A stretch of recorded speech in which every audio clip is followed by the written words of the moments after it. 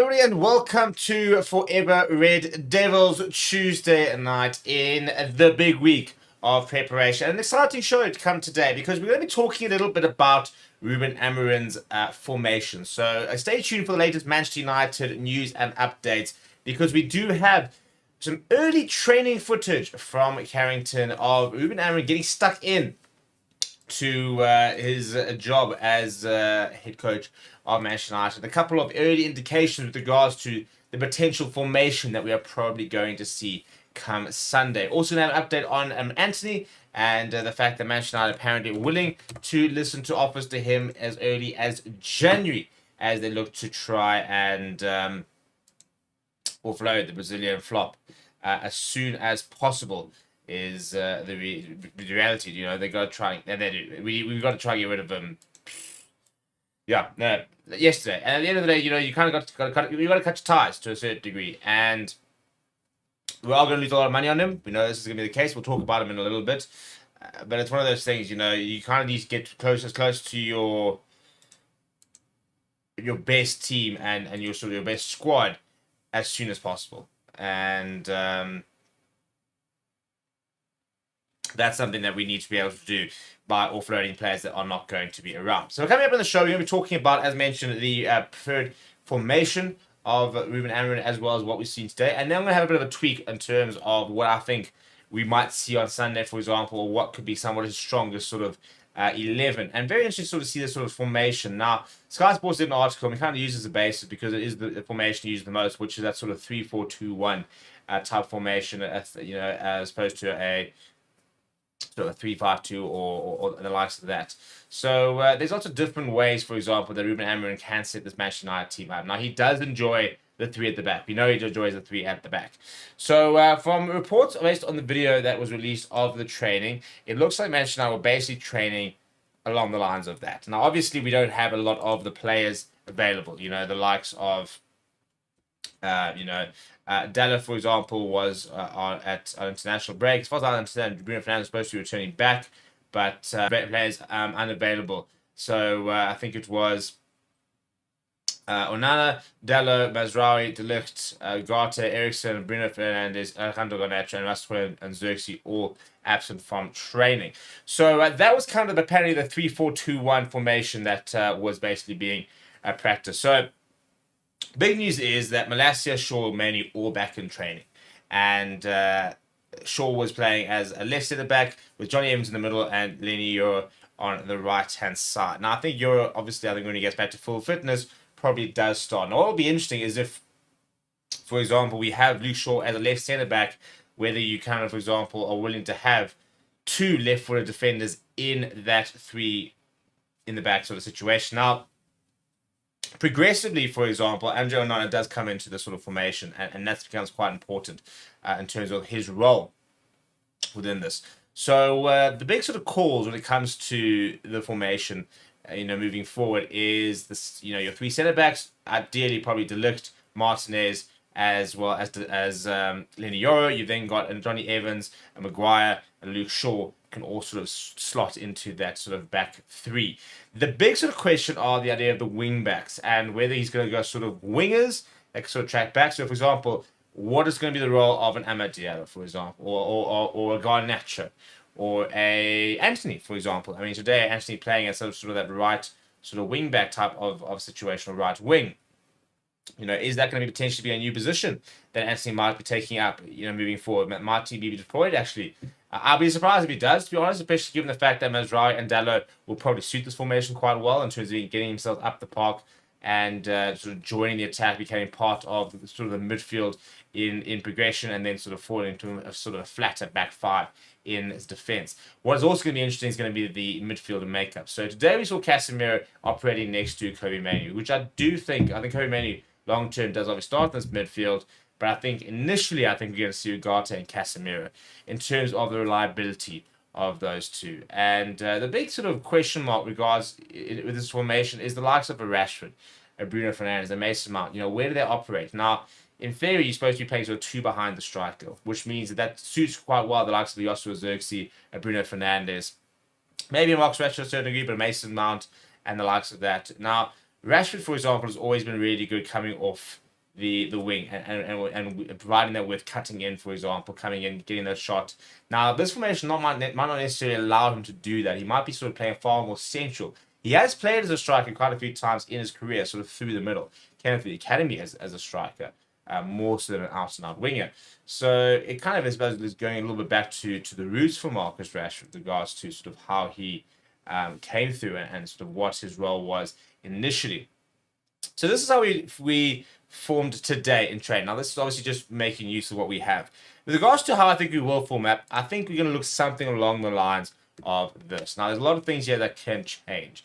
So, obviously, Andre Onana starts in goalkeeper. Now, I think once everybody's sort of really up to standard, De Ligt in the middle, for me, makes a lot of sense. Linear on the one side, and then either Martinez or Luke Shaw on the other side. Now, we don't have a lot of left-footed players. So if you've got Martinez and Luke Shaw, that provides two left-footed options, for example. Shaw is very good going forward. He's got fantastic delivery on his left boot. He likes to take on players. He is a player very, very good going forward. He does have the technical ability to play in sort of left centre-back, but he is very good going forward, and you want to try and sort of tap into that.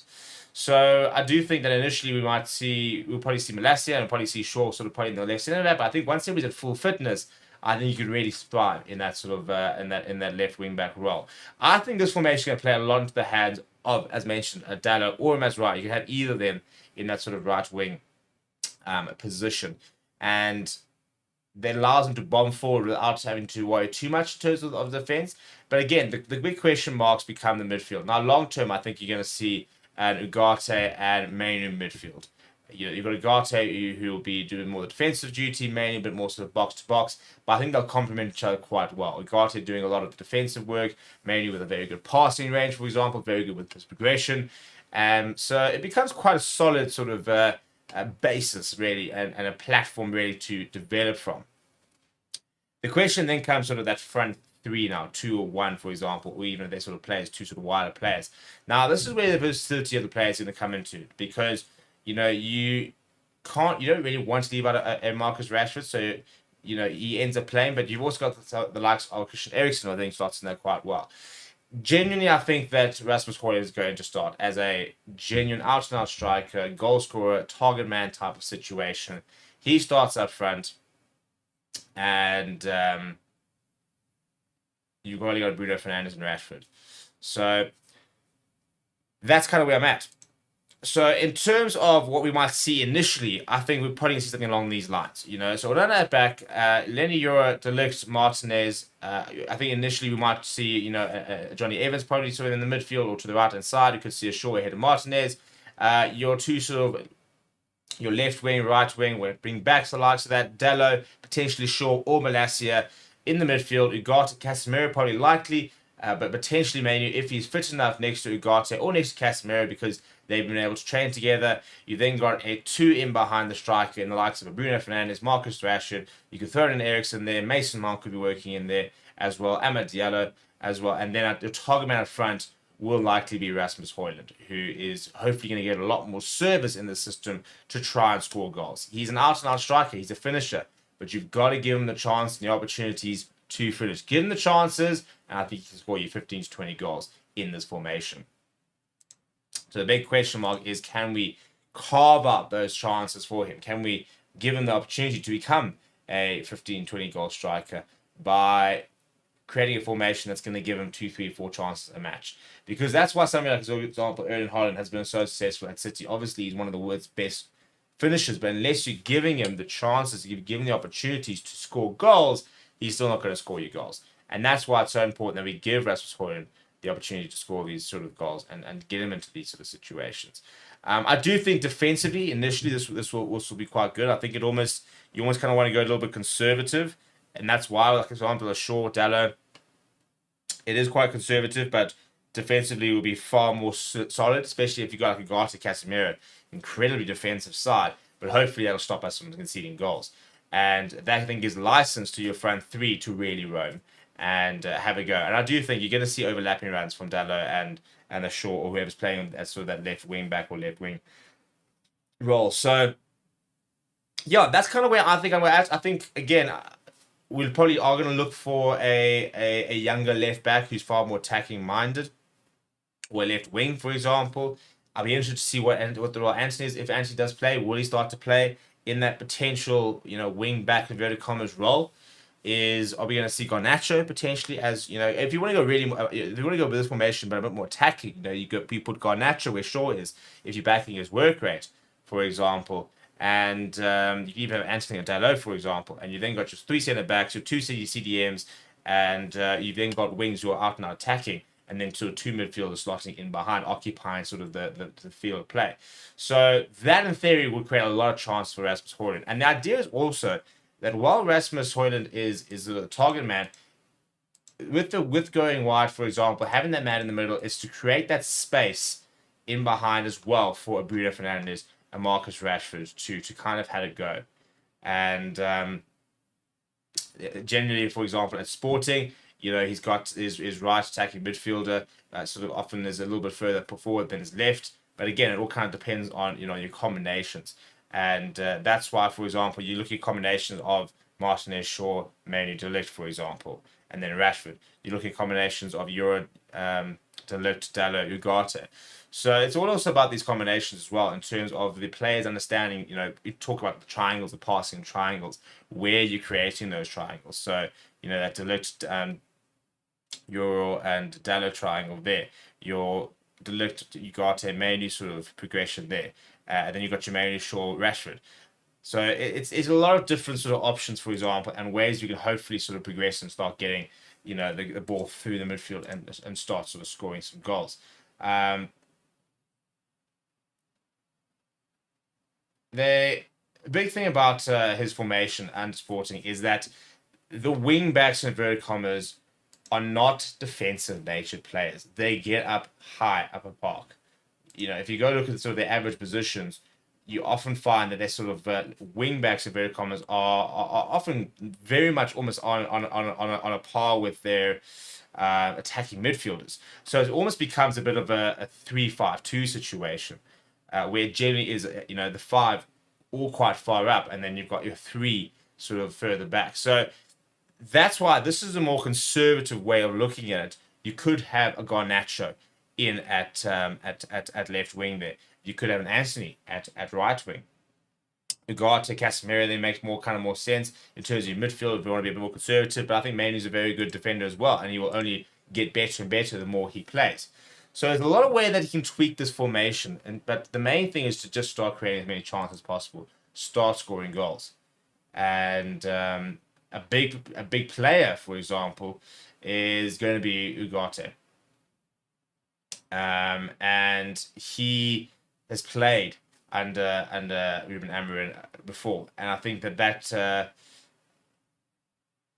relationship they've had and the knowledge Ugarte will have, I think will stand him in really good stead, because whilst he's currently on an international break, he'll be able to come back and link up with the manager and a system he understands. He's done it before, and I think that's a big boost for United in terms of having that experience with Ugarte, having been involved in a system and under Ruben Amorim to understand exactly sort of how it works and what his role is.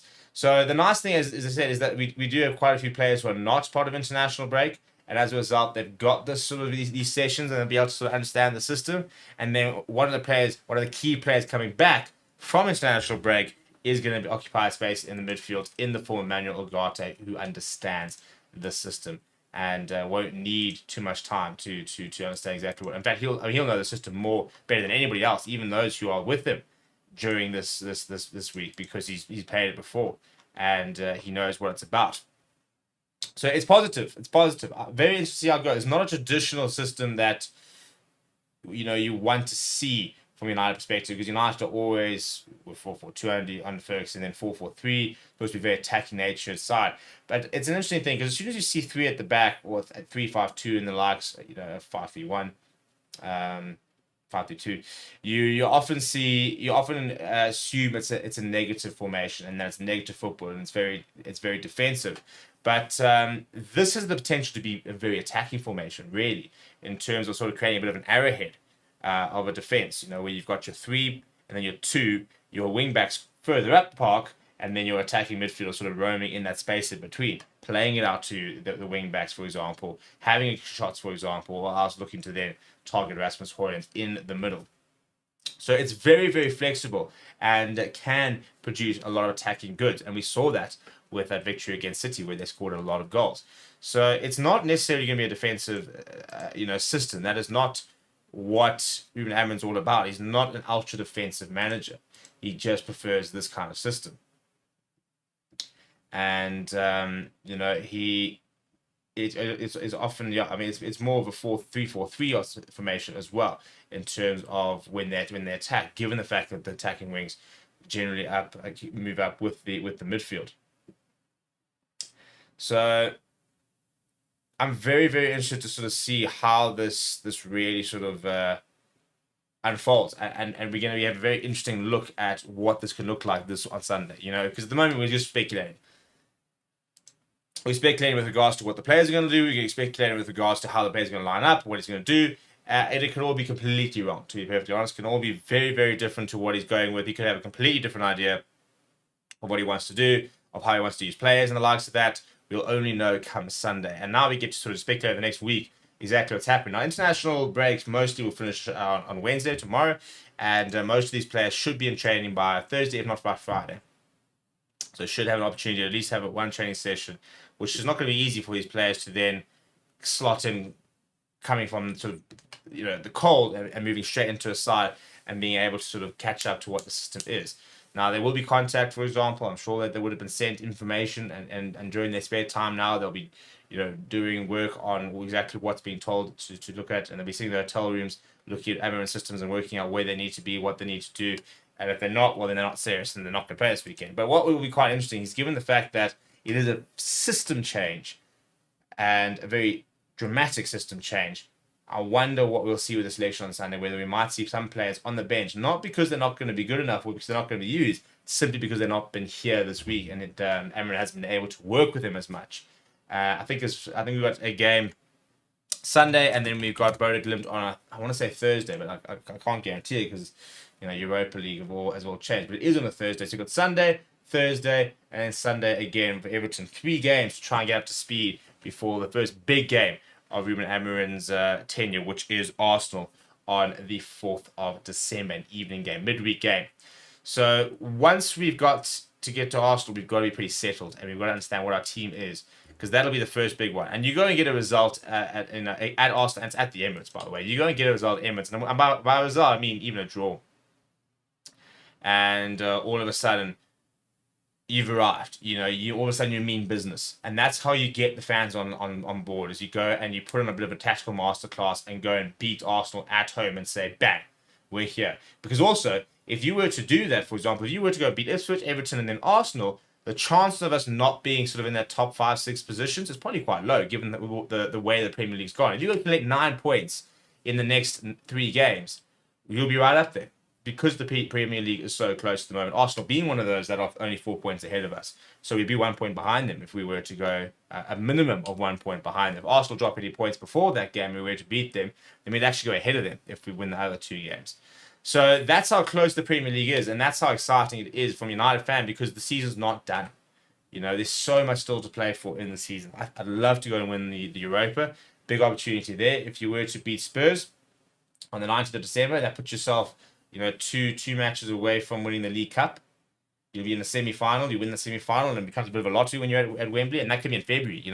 Imagine going and winning a trophy in February, and you've already got that trophy, and then you get top 4, for example, and it's considered a successful season.